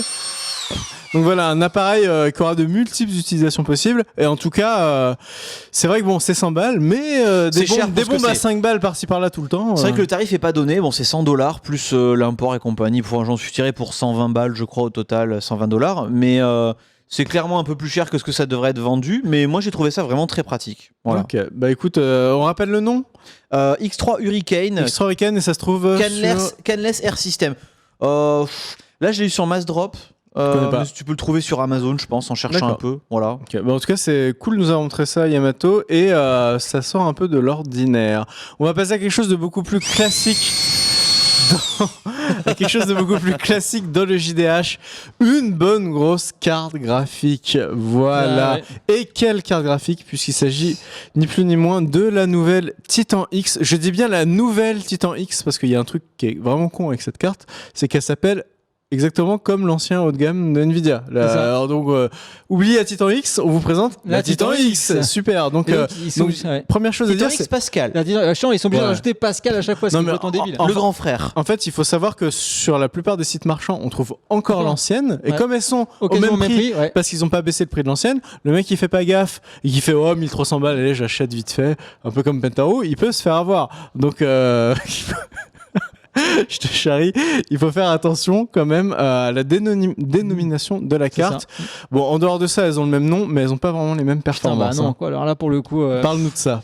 Alors, j'en ai déjà un peu parlé, mais pour résumer, en fait, pourquoi est-ce qu'ils ont sorti d'abord la Titan X chez Nvidia ? À la base, c'est pas forcément pour les gamers, c'est principalement pour les laboratoires de recherche. Parce qu'en fait, elle développe donc un peu plus de 11 teraflops en 32 bits en point flottant. Ce qui est marrant, c'est que là, tu dis 11 teraflops et tout à l'heure, on parlait de la Xbox, c'était 1,41. 1,41, tout compris. Alors là, on parle que d'une carte graphique. On n'ajoute même pas le processeur. Donc c'est un monstre. C'est un monstre de puissance. Et donc, ils l'ont sorti vraiment pour les labos de recherche qui n'ont pas accès à des supercalculateurs et qui ont besoin de puissance de calcul. Voilà, donc c'est vraiment pour ça qu'ils l'ont fait. Et donc, le patron de Nvidia l'avait annoncé pendant une petite conférence à la con à Stanford sur l'intelligence artificielle, donc même pas en grande pompe comme ils font d'habitude pour la 1080 ou quoi que ce soit. Donc voilà, c'était vraiment dire, voilà, la communauté scientifique, on a sorti une carte pour vous aider à faire vos recherches, à avoir de la puissance de calcul pour faire vos recherches. Et spécialement pour le deep learning et l'intelligence artificielle. Alors, c'est-à-dire que pour toi, il y a peut-être plus de professionnels qui vont acheter cette carte que des gamers ? Ça va se vendre par palette entière dans les universités. Hein. Mais clairement. Hein. D'accord. Bah écoute, c'est pas du tout comme ça que je voyais. Parce que pour 1200 € quand t'as un labo de recherche, ça coûte que dalle. C'est donné. C'est donné. Mais c'est vraiment donné. Hein. Non, mais c'est ça qui est fou. Ce que je veux dire, c'est que tu vois, quand t'es un laborantin ou un chercheur en doctorat, etc., un thésard, et que t'as besoin d'une puissance de calcul assez incroyable, et que ta fac a pas forcément les moyens de te donner des slots sur leur supercalculateur et compagnie, ben voilà, t'as ici avec ta bourse de recherche, tu peux te payer cette carte-là pour 1200 balles et avoir 11 Tera à dispo. Ben, je suis désolé, oui, et puis tu peux faire un petit Overwatch pendant ta pause, comme ça. Tu peux faire un petit Overwatch exactement pendant qui tournera ta pause. Bien, du coup. Bon, alors du coup, ça c'est pour le côté professionnel. Ouais. Pour monsieur tout le monde, alors, qu'est-ce qu'elle a dans le ventre ? Qu'est-ce que ça donne ? Le petit chiffre déjà qui est exceptionnel, c'est qu'elle a 2 fois plus de transistors à l'intérieur qu'il y a d'humains sur Terre. Il y a 12 milliards de transistors dedans. Oh, c'est beau. Ça, c'est un argument marketing qui me parle. Mon petit cœur, il fait boum boum à chaque fois que j'entends ça. Donc 12 milliards de transistors, même pas millions, 12 milliards de transistors. C'en est incroyable. Donc imaginez, voilà, on est 6 milliards et quelques sur cette planète, je crois, ou 7. Vous mettez 2 fois plus de population mondiale là-dessus en transistors que ce qu'il y a sur cette planète. Bref. Et qu'est-ce que ça veut dire d'avoir autant de transistors donc ? Ça veut dire qu'il y a un maximum de CUDA, donc de cœurs de calcul qui sont dedans. Donc du coup, il y a 3584 CUDA à 1,53 GHz. Voilà, sachant que l'ancienne Titan X avait 3072 CUDA, donc elle a à peu près 512 CUDA de plus. Et la Titan X, l'ancienne, était à 1 Go 08. Donc là, on passe à 1 Go 5 avec 500 CUDA de plus. D'accord.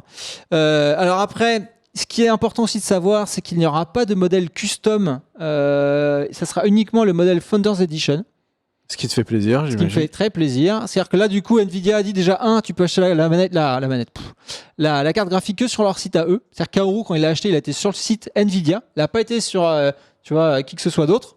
Voilà, ça veut bien dire que Nvidia a dit, voilà, ça c'est notre bébé, personne n'y touche, quoi. C'est chasse gardée, c'est voilà, pas de 3 ventilos, pas de tout ça. En même temps, c'est pas un truc sur lequel ils vont faire 300 000 ventes, tu vois. C'est un marché relativement restreint. Évidemment, qu'Asus va pas s'amuser, sachant qu'ils vont peut-être faire 10 ventes dans l'année à part du pognon à faire un modèle custom. Donc de toute façon, je pense que ça contente tout le monde. Il n'y avait pas eu des Titans custom sur les premières versions de Titan ? Il y en a eu sur d'autres, il me semble. Ouais, il me semble. Sur la X d'avant. Je crois qu'Asus, ils en ont sorti une. Par contre, le chat nous corrigera, mais je pense qu'il y a les waterblocks. Donc il y a déjà des waterblocks, par contre, qui sont sortis pour la Titan X.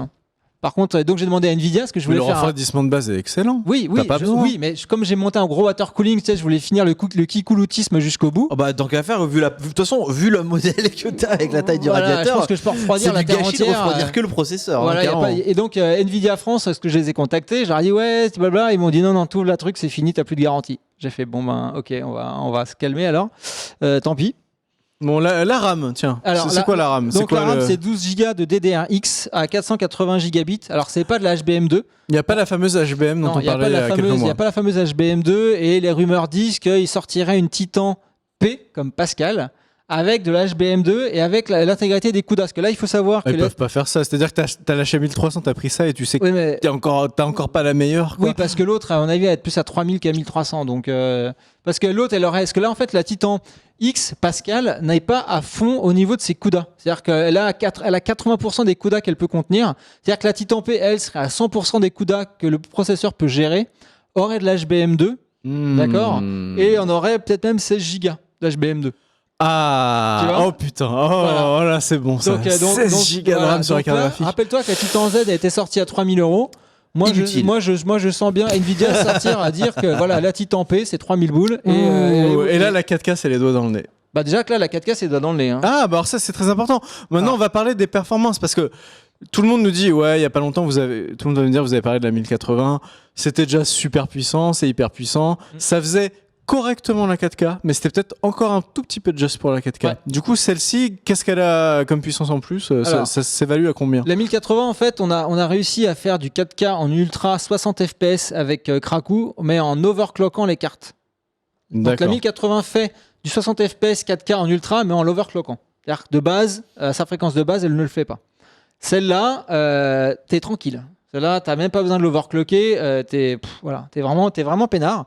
Donc j'ai fait des petits benchmarks quand même ce week-end, j'ai bossé. Ah, t'as lancé ton petit Tronemark. Oui, j'ai lancé mais oui, que tu l'as acheté sur Steam pendant les soldes. Voilà, j'ai lancé PC Mark et 3D Mark.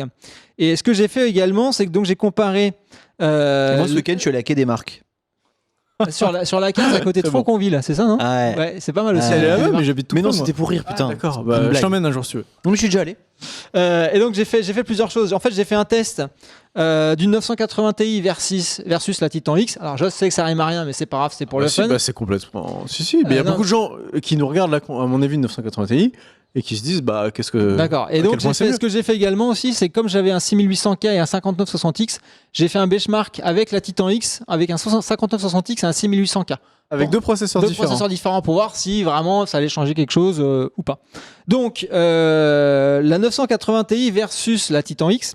Donc la 980 Ti fait au score de 3D Mark 3850, d'accord ? Ce qui est pas mal. Et la Titan X fait 6430. Donc ça fait 67% de perf en plus.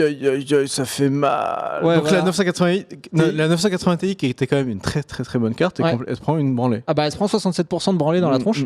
Voilà.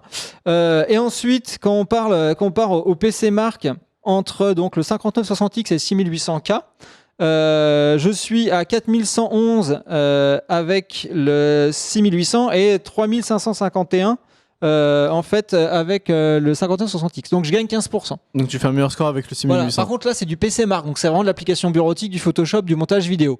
Après si je parle en niveau 3D Mark, donc vraiment ce qui nous intéresse, le DirectX 12, etc., le jeu vidéo, un 5960X versus un 6800K, il n'y a que 0,2% d'écart. Donc autrement dit, rien. C'est-à-dire que je suis à 6564 avec le 6800 et je suis à 6430 avec le 5960X. D'accord. Donc ça veut bien dire que en fait, tu vois, le 5960X, ce qui est intéressant, c'est qu'il a 8 cœurs, le 6800K en a 6. Donc tu vois, c'était pour juste au chat dire, voilà, votre processeur, c'est vraiment pas l'élément majeur pour jouer pour du gaming. Quoi. Avec une carte pareille, vous serez à peu près tranquille, quel que soit votre processeur, tant que c'est pas un corps de duo. Voilà, si vous avez un bon i5 et si vous jouez à une grosse résolution. Voilà, parce qu'en fait, Krakow l'expliquait, le CPU Limited, tu l'as surtout si tu joues à une basse résolution, parce que justement, le GPU fait le calcul très vite et donc attends la suite. Oui, grosse définition, oui. Non, pardon. Donc une grosse oui, au-delà du 1080p, effectivement, c'est au-delà du 1080p que je crois le manifeste. Du coup, voilà, je crois que c'est 15-20% de mieux que la 1080. C'est ça. Par contre, en termes de prix, dès que tu tapes dans l'ultra haut de gamme, c'est pas proportionnel, c'est encore beaucoup plus cher. C'est exactement comme dans les MMO. On rappelle, oui, voilà. C'est ça. On rappelle qu'une 1080, c'est 800 balles. Ouais. Ouais, un peu plus. Parfois. La 1080 Strix Asus, elle est à 859, je crois. 850 balles, 850. Celle-ci, elle est à 1300, donc ça commence à taper quand même dans le très cher. Après, voilà, les titans, par tradition, comme dirait Karim du 113, c'est à peu près 1000 balles. Hein. La première était sortie à 1000 balles. Il y avait eu la Titan Z à 1000, la Titan, à 3000. C'est un peu le. Il y a eu la Titan X, la précédente, à 1003. C'est un peu l'analogie du Rotary Club, en fait. Hein. C'est ça. Voilà, hein. C'est le Rotary Club du matos informatique. C'est ça.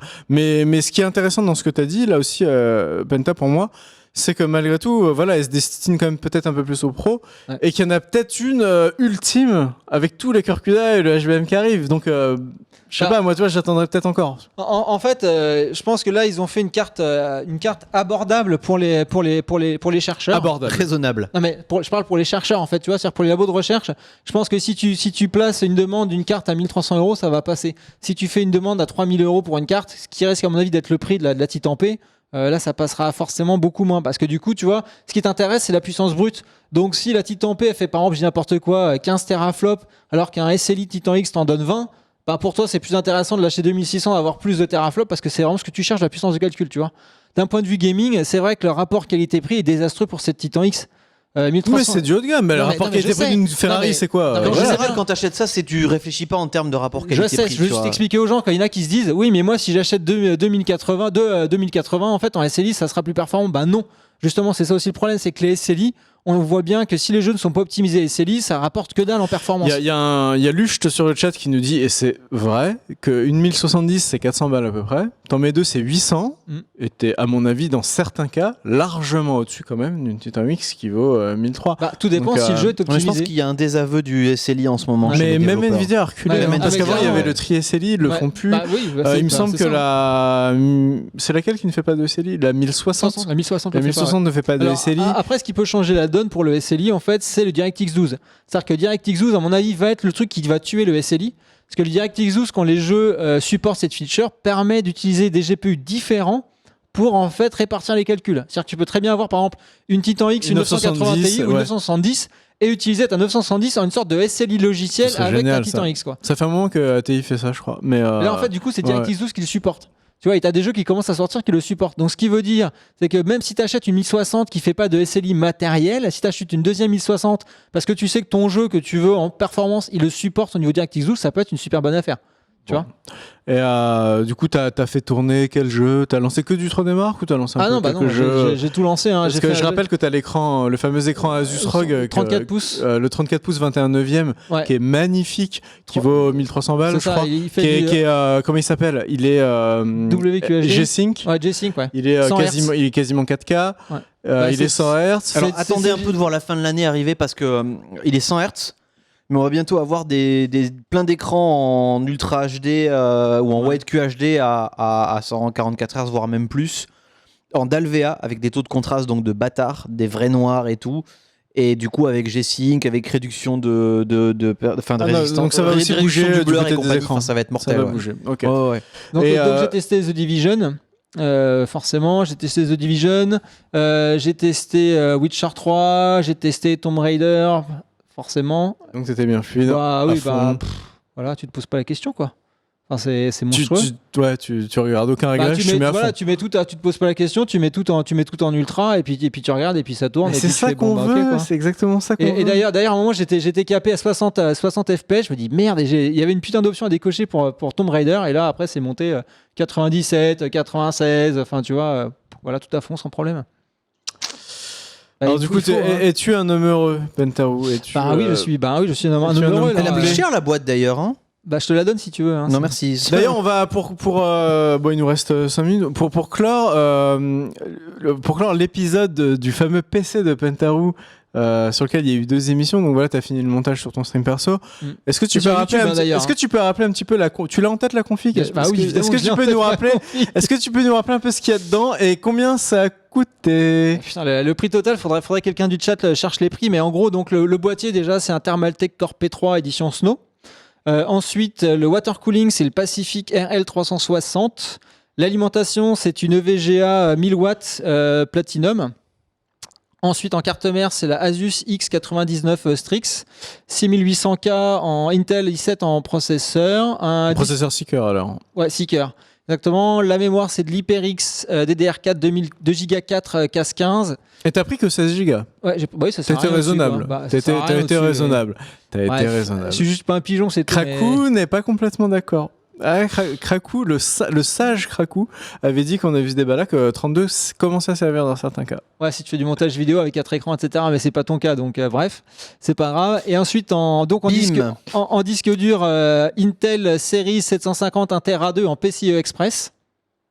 Ah, t'as un SSD PCI? Bah rappelle-toi, je l'avais testé ici, oui. Ah ouais, mais genre tu l'as pris pour toi. Le truc à 1200 Ouais, euros. mais je savais pas qu'il allait le prendre pour lui. C'était pour le boulot, mais je veux bien que je le garde, le pauvre, j'avais pas Mon Dieu, Voilà. l'avion de chasse. Bah oui, l'avion de chasse. Et après, Putain. ma petite carte Intel double gigabit des familles. Raisonnable. Et je pense Raisonnable, que, abordable. Voilà. C'est le seul composant de la machine qui est raisonnable. Du coup, je vais acheter la carte son Asus parce que ma Sound Blaster a cramé, je sais pas pourquoi, dans l'opération. Ah, c'est donc- étonnant ça. Donc, je vais me prendre la petite Asus. Tu vas prendre une carte son, mais attends, sur une carte mère aussi chère que la Strix Non, mais même 119, ça il n'y a vaut- pas un truc Non, mais sonore bien. ça vaut vraiment pas comment ça s'appelle le blindage et l'isolation d'une carte son dédiée quoi. Faut Mais pas quel déconner. Hein. puriste. Mais quel Non mais c'est pas puriste. être puriste. Tu branches un putain de micro, t'entends comme ça. Tu sais très bien que c'est pas isolé comme une carte son externe. Et là il y a Matouche qui est d'accord avec moi. Et donc tu vas prendre pareil- quoi comme pareil carte pour la son? sortie Tu vas écouteur, prendre quoi comme carte son alors? L'Asus qui a à 90 balles. Voilà. À 90 balles? Ouais. Ah, ça va, raisonnable. Donc non c'est. Je vais pas acheter une Turtle Beach à 1300 euros. J'ai moi-même une carte son dédiée dans mon PC, ouais. Ah ouais. Dans mon PC de stream, oui, parce que souvent la sortie de la console, enfin quand je capture la console, en fait, du coup, il y a un DAC très efficace dedans et D'accord. Donc, niveau, c'est niveau conseillé d'avoir- impédance et compagnie, c'est marrant ça pour moi, passe la beaucoup carte mieux. son, c'est le truc tu sais, dont j'ai plus entendu parler depuis la Sound Blaster 32, tu vois. Bah, moi, sur mon PC classique, j'ai une carte son USB avec un casque GS Sennheiser dessus et basta, tu vois. Mais sur mon PC de stream, pour récupérer le son de ma console de son ou de console de son en event, ouais, j'ai une carte son dédiée, justement. D'accord. Et donc, la douloureuse, Pentaru, c'est quoi? Je sais pas, j'ai pas calculé. Bah déjà, si tu comptes l'écran, le clavier, souris en plus, ça devient Indécent. indécent. Je cherchais le terme, ça devient indécent. Bah de toute façon, t'en as déjà pour 1300 euros de carte graphique. Indécemment raisonnable. Non mais de toute façon, t'en as pour 1300 euros de carte graphique, t'en as pour 1300 euros de SSD, t'en as pour 1300 euros d'écran. Déjà, 3 composants, t'en as déjà pour 4000 balles. De base. Après, bah oui, voilà, hein, le processeur, tu dois le toucher à 450. Ah non, moi j'ai passé 2 semaines à regarder sa machine, je suis blasé, enfin ça me fait plus d'effet. La RAM, t'en as pour 100 euros. Enfin voilà, tu vois, ça se fait très rapidement le calcul. Hein. Ouais. Et ben ça fait bien rêver. Merci les subs. Écoutez, ce que je propose, c'est de faire gagner le PC de Pentaru. C'est de faire gagner le PC de Pentaru, bien sûr. Non, en fait, ce qu'on pourrait peut-être faire, un de ces quatre, c'est que tu pourrais ramener le PC ici. Le fameux T'as PC. une bonne assurance Et- Je suis pas, Non, mais- non, je pense que c'est pas une bonne idée Parce qu'avec de le déplacer un watercooling- PC ou pas watercooling. tu crois non mais quand tu non, Déjà mais le monter ici et mettre l'eau de liquide dans le réservoir, Ou alors on ira chez Pentaru, Viens à la on maison. fera une émission, on fera un on fait JDH une émission dans son bureau. chez Dans mon bureau, Pentaru, pas de et problème. en fait on s'amusera à avec le lancer chien, tous les avec jeux le du toutou. monde. avec les deux chiens. avec là. les deux toutous. Non mais parce qu'en Ah plus oui. chez Pentaru il y a une connexion 10 gigabits. Non, 20 gigabits. 20, putain. 20, bah oui, c'est- Arrête, ça suffit. Pitié. Mais en gros, voilà, on va faire le truc le plus craqué du monde et on pourra montrer tous les jeux en qualité ultra high de là-bas et on verra un peu ce que ce fameux PC En plus, a je dans le stream en ventre. 21/9. Hein. Donc ça fait effet cinémascope. Ouais, bah écoute, avant la fin du mois d'août, on essaiera de se faire ça. Bah voilà, l'émission touche à sa fin. En tout cas, tu nous as bien fait rêver avec cette Titan X. Et pour retomber un peu sur Terre, en ce moment, du coup, depuis que les 1080 sont sortis, la Titan X, etc., il y a la 1060 qui est arrivée entre temps. Il y a les 970 qu'on trouve vraiment plus très cher. Bah, Il y a 980 Ti, Les hein. 480 promos. custom se débrouillent très bien aussi. les AMD 480 se débrouillent très bien. Donc vous avez des cartes pour jouer en 1080p. Et ouais. Il y a plein de cartes qui coûtent 200-250 balles aujourd'hui et ça n'a jamais été aussi facile, Ah, il y je a de quoi pense, faire, hein, il y a de quoi jouer faire. en Full HD avec tous Attention, les détails. la 1060 elle coûte quand même cher, elle est bien à 300, non 280, 300 ouais. Bon, en tout cas, du côté de 970, voilà, ça fait le taf aussi. Ouais. Donc voilà, si vous avez un écran 1080p et que vous voulez jouer, il y a moyen de s'en sortir pour beaucoup moins cher que ça. Je voudrais remercier vite fait Ken Bogard d'être passé dans l'émission, même s'il est plus là. Voilà. C'est lui qui prend le relais juste après. On espère que t'es bien arrivé chez toi, Ken. Je le vois pas sur le chat, donc je pense qu'il est. Il est sur le chat. Ah voilà, bon, enfin un bisou à Ken. Je rappelle qu'il n'y a pas Monsieur Karaté après, que ce sera Yamato qui lui Voilà. aussi va rentrer chez lui. Malheureusement, je n'ai qu'une 980. Ça commence à être. La team RSA, quoi. Ça commence à être short. Hein. Je n'ai qu'une 980 offerte par Nvidia, d'ailleurs, je tiens à le préciser. Ah, mais Voilà. quelle transparence, Oh, le mais quel vendu. effort de transparence. Oh, le PSP, Mais putain. non, Pour il le est- marathon Dark Souls 3 de sortie du jeu. Voilà. Cet homme est intègre. Et voilà, un bisou à Risotto Show qui a assuré la réal et à Théo qui était au son. Et voilà, Et vous Ken aurez... vient de sub, merci Ken. Et Ken vient de sub. Ouais. Et vous aurez le retour de Il a Monsieur sub. Karaté mercredi. Je sais pas encore qui aura demain soir. On va essayer de trouver un remplaçant. Voilà, on fait des bisous. On vous dit à la semaine prochaine pour le JDH avec des produits toujours très abordables. Voilà, à la semaine prochaine. Raisonnable.